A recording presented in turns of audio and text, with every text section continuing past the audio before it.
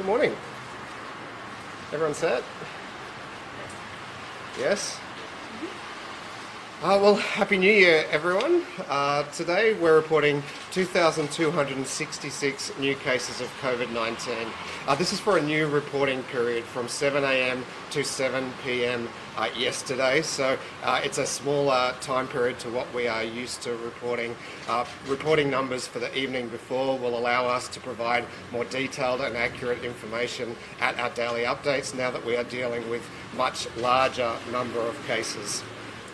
For comparison though, the evening before we had 1,613 cases for that 12-hour period. The evening before that, 1,178. And so even though the number we are reporting today of new cases is lower than what people will be used to, it does represent a continuing trend, a continuing upward trend.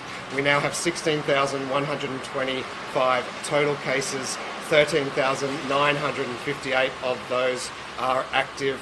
We did 34,938 tests in the last 24-hour period. 90.67% of Queenslanders have had their first dose. 86.6% are fully vaccinated, and many have now had their third dose, their booster dose, and that's what I've just done here at the Red Hill Day-Night Pharmacy. This is the New Year's resolution we're urging all Queenslanders to make, and it's one that's really easy to keep. Go and get your booster shot now. That's what will keep you safe from COVID-19 that we now know is spreading quite widely around the Queensland community. In addition, from today, new arrivals from hotspots in other states no longer require PCR tests. They can now declare that they've had a rapid antigen test, and that will be sufficient to satisfy their border pass arrangements. Now, in order to slow the growing rate of new cases, we are today expanding the mask mandate in Queensland. Until now, there have been a number of indoor locations where masks have not been required that they now will be required. So they are already required in supermarkets and shops, public transport and ride share, airports and on planes, and at cinemas and theatres. From 1 a.m. Sunday, January 2, so from tomorrow, they will also be required in workplaces unless it's unsafe to do so, pubs, clubs and cafes except when seated, indoor stadiums and sports arenas, libraries, hairdressers and nail salons, and waiting rooms at medical centres. So virtually all indoor spaces except when eating and drinking and when undertaking strenuous activity will now require masks. This is on the advice of the Chief Health Officer and is a further measure to slow that rate of increase in cases.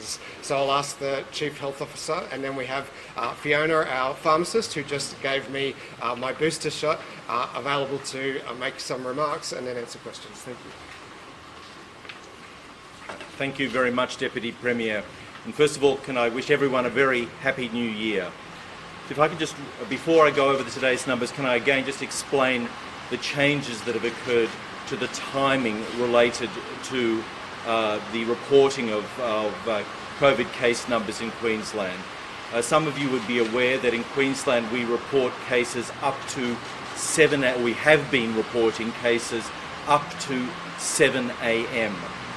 A 24-hour period up to 7 a.m. Because of the large numbers of cases that we are now seeing in Queensland, as expected, it is becoming increasingly difficult for us to ensure that we have accurate data available for this press conference in the morning using that cut-off time of 7 a.m. So from today, we are changing our cut-off time to 7 p.m. That's last night, 7 p.m., the 24-hour period to 7 p.m. To give the time for the statisticians and data collectors to make sure that what you are receiving is accurate, given the large numbers of cases that we are seeing, to make sure there aren't duplicates, for example, that sort of thing. So today, the number you are seeing today, we're reporting today, is only for the 12-hour period from 7 a.m. yesterday until 7 p.m. yesterday. And the next number we will report will be a 24-hour period from 7 p.m. last night to 7 p.m. tonight. So the numbers so today is an aberration. It's only 12 hours worth of data, but from tomorrow we'll be seeing 24 hours worth of data. So it will look a little odd on when you see the numbers come out.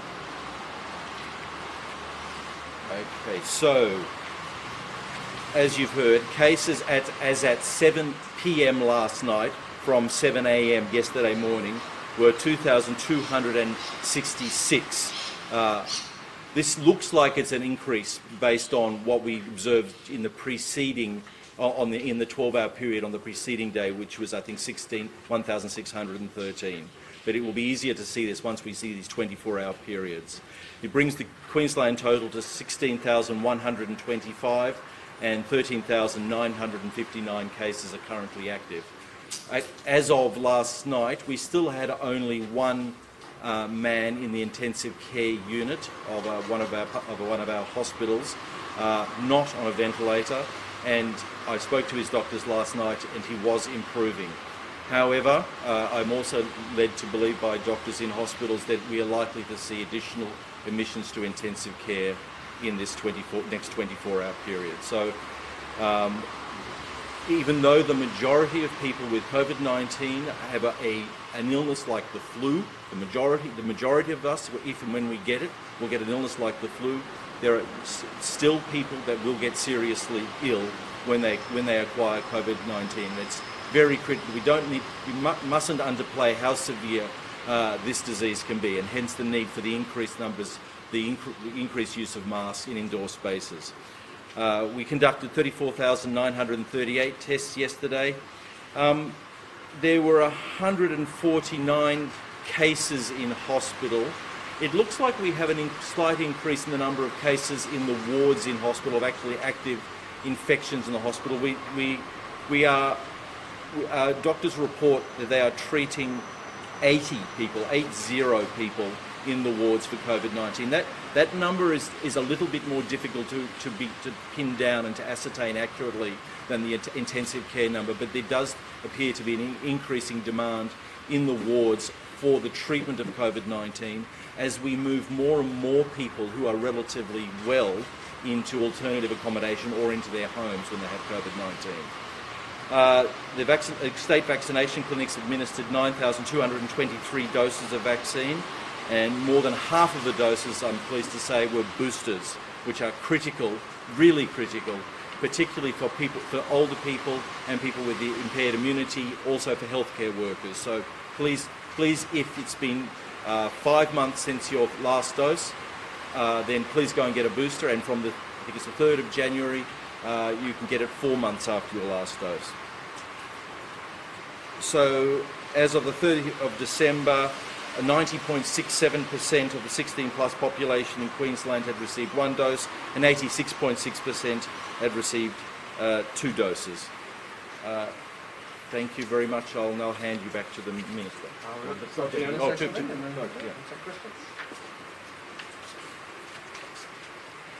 Thank you, Deputy Premier. It is fantastic to see that you've started 2022 by getting your booster shot at the Red Hill Community Pharmacy. I can take this off. Thank you. That's a bit easier. There are almost 800 community pharmacies in Queensland that are offering COVID vaccines, which includes Moderna, Pfizer and AstraZeneca. Community pharmacies continue to adjust their stock order levels to keep up with the increasing demand that is in line with the recommendations from the medical experts to bring forward the gap between the second dose and the booster shot. From the 4th of January, those that have had their second dose more than 4 months ago are eligible to get their booster. Community pharmacies continue to be the go-to primary healthcare providers for quick, safe and effective vaccines. Not just COVID, but flu, measles, mumps, rubella and whooping cough, just to name a few. Community pharmacies are also easily accessible. 97% of Australians in capital cities live within 2.5 kilometres of their community pharmacy, and many are open extended hours and weekends and public holidays, as we see with this fantastic example behind us. community pharmacies, so we are trusted healthcare professionals. So if you have questions about COVID vaccines or booster shots, please come and chat with your community pharmacist. I also encourage Queenslanders to go to www.findaPharmacy.com.au to book their booster shot. We're also still taking appointments for first and second doses, so if you're in that remaining 10%, please come in and see us. Thank you very much. Dr. Bright, on the mask mandate being extended, should it have been expanded earlier? Oh, well, we're doing, sorry. Thank you. Masks are a critical measure in the prevention of the transmission of this virus. We are increasing our measures proportionately. We already have quite significant mask mandates, and I see in most environments people are already wearing masks. And I think the main thing is, if you're indoors, if in doubt, wear a mask. So have your mask with you at all times. If in doubt, wear that mask. There are a few exceptions that I may as well mention, and we're using a similar principle to what was used in southeast Queensland previously. A few exceptions are if you're sitting at your work desk in an office, then you can take your mask off. If you're in a meeting and you can distance by more than 1.5 metres, then it's acceptable to take your mask off. And if you are in a dining venue, if you are seated, you can take your mask off even before you receive your food or drink. But I mean, the mask mandates, I mean, we're extending them as far as we can. I think we've already had fairly extensive mask mandates. And looking around, I've seen people wearing masks in most environments here. In fact, we're outside here, and in fact, you're not even required under the current mandate to wear masks, and most of us are. Was there a trigger point overnight, particularly for this extension? Like, is there spread indoors, particularly that you've noticed? Or? No, there's no particular reason. We just felt that it was time to just move forward and maximise the mask mandate. I think people have been wanting this and expecting this, and it's important that we expand it to its maximum extent, because it is one of the critical measures in preventing the transmission of the virus. It both protects you and protects other people. Remembering that, particularly if you're vaccinated, you can carry the virus and not be aware that you are carrying the virus, and it's possible for you to transmit it. So it's just as important as a measure to protect you as it is to protect others from acquiring the virus from you if you are unaware you are carrying it. Do you know how many people have now tested positive in Sherberg and also Palm Island? I have some data on Sherberg. I don't know if I have data on Palm Island. You can just bear with me.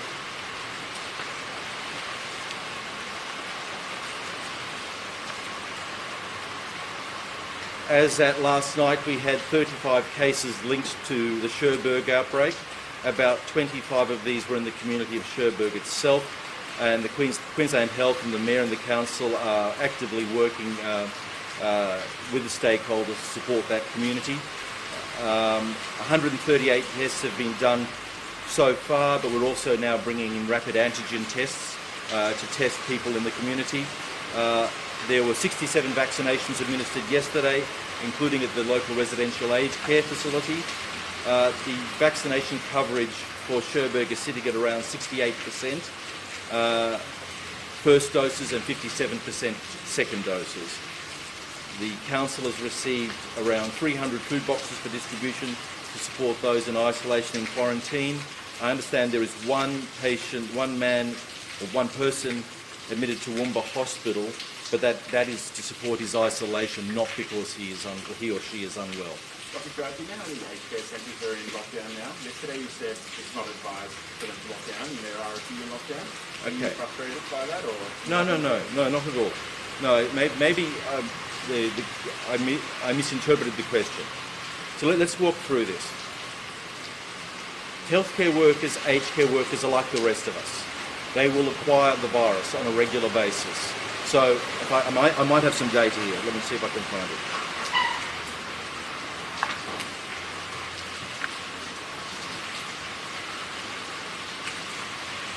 So there are nearly 500 residential aged care facilities in Queensland, providing care to around 38,000 residents.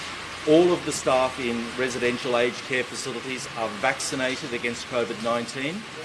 and all of the residents have been offered at least 2 doses, often 3 doses of the vaccine. It is not, as with all healthcare facilities across the country, there are infections reported in staff. It's universal across the country. That is expected. There are also some cases reported in residents, and that's not surprising either. But what we are seeing in residential aged care facilities in Queensland today bears no resemblance at all to what occurred in residential aged care facilities in Victoria in 2020. And this is because of the vaccination program among both staff and more specifically among the residents. Now, where there are individual cases of COVID-19 in residents, or 1 or 2 cases, or in the staff, then local public health units will take appropriate measures, and it may include restricting visitors, etc. And we rely on the local public health units to make those decisions. But there is no, what I said yesterday was there is no mandate from Queensland Health to close down all aged care facilities to visitors as a universal precaution. That is not something that we are currently considering as a universal precaution, because of the widespread vaccination of both staff and the residents of these aged care facilities. Now, all of us across the country, and I've been speaking with my colleagues interstate as well, are looking at what is actually happening in aged care facilities. Are we going to experience anything like what was experienced in Victoria in 2020? And so far we have not, but it is something we are keeping a close eye on, and our strategy may change depending on what we observe in the coming weeks. But so far, what we have seen has been reassuring insofar as the vaccinations have proven to be extremely effective in preventing severe disease. Are you aware of any cases in other vulnerable settings like jails and detention centres? Yes, we are getting reports across the board.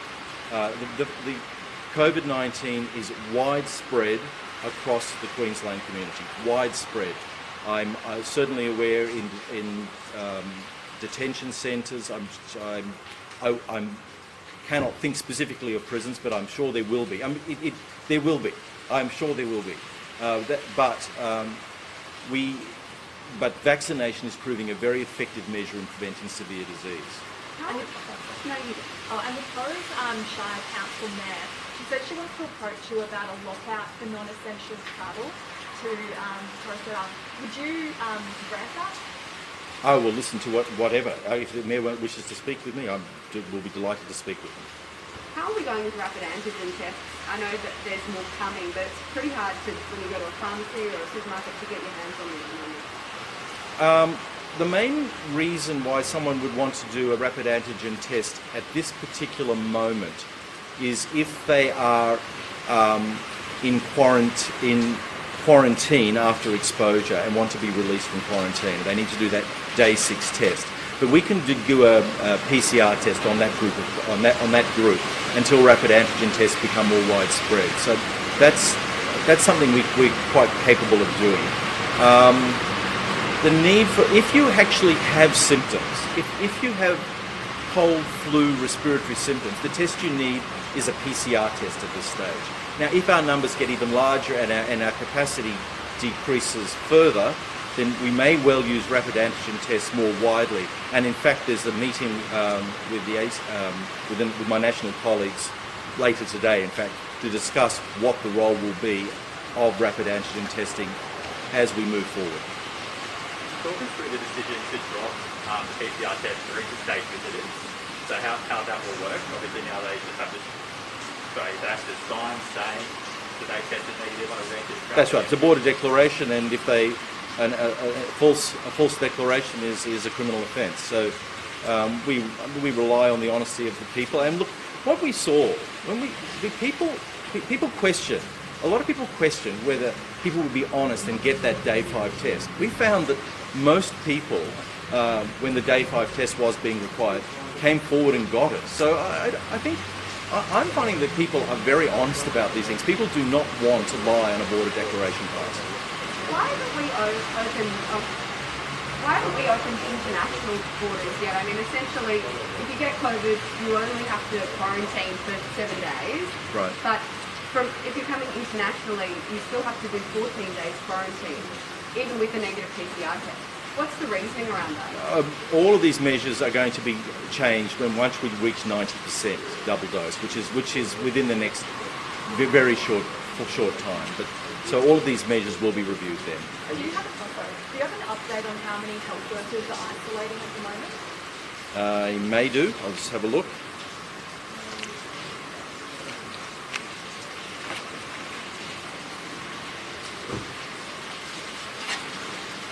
We currently have around 285 hospital and health service employees with confirmed COVID, and just over 783 hospital and health service staff are in quarantine because of being in close contact. And are any of those health workers close contact having to work anyway because of shortages? No. You know, when we'll reach 90%, it seems as though that first dose is slowed down a bit and there's a small gap between the first and second. So when you need nearly all of the first to get their second? No, we don't have a precise date. It's sometime in mid-January. As we approach it, I think we'll be able to give you a more accurate idea of exactly when. Are you anxious about that rate? Well, we will reach 90% because we know that, because almost everyone who receives a first dose will get their second dose. So it's going to happen. I'm quite confident of that. And do you believe that the health infrastructure is still coping where we are at the moment? Oh, the health structure certainly is coping at the moment. As the numbers increase, and the numbers will increase substantially, the health services will come under strain. That's no secret about that. There will be a strain on health services as numbers increase. And as has become obvious, one of the big issues is the number of staff that are required to quarantine particularly because of the previous rules. That put a strain on the health services as well. But at the moment, the health services are coping fine. As we move forward, there will be strain. That's obvious. Last time, New South Wales Health announced that asymptomatic close contacts can continue in healthcare or health workers. Do you think that will happen here? I don't know yet. I mean, I don't want to comment on that. I haven't actually seen what exactly their recommendations are, so I probably can't comment on that. Can I just ask, if everyone looks for that, I just wanted to ask the pharmacist something, if that's okay. Hi, I just wanted to ask you, I guess as a pharmacist, what's it been like to get rapid antigen tests, and what's been the demand, I guess, from people coming in to try and get So yes, there's a very high demand. I think it's the same sort of situation that we saw with sanitizer and masks way back at the beginning. The supply chain's just not quite ready to catch up. So in a week, we're going to have a glut. We just need everybody to stay calm and maybe not keep phoning your pharmacy. Oh, these guys have got a log, and I think they had 150 phone calls by 8 o'clock yesterday. So, you know, there is a huge demand, but please be assured that Queensland will be receiving them, I believe, within the next week, and there's at least 500,000 coming into pharmacy. Thank you. Thank you. Deputy Premier, sorry, just really quickly on the release, the 1991 Cabinet documents. Did you remember much from back then? 99, so I was in grade 8 in 1991. Early years of the Goss government, they were making massive reforms that changed Queensland forever and for the good.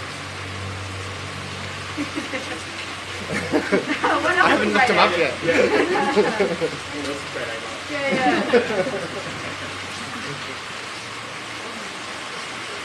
you mind if we do a photo? Yeah, sure. Thanks. Thank you, mate. Okay, yours.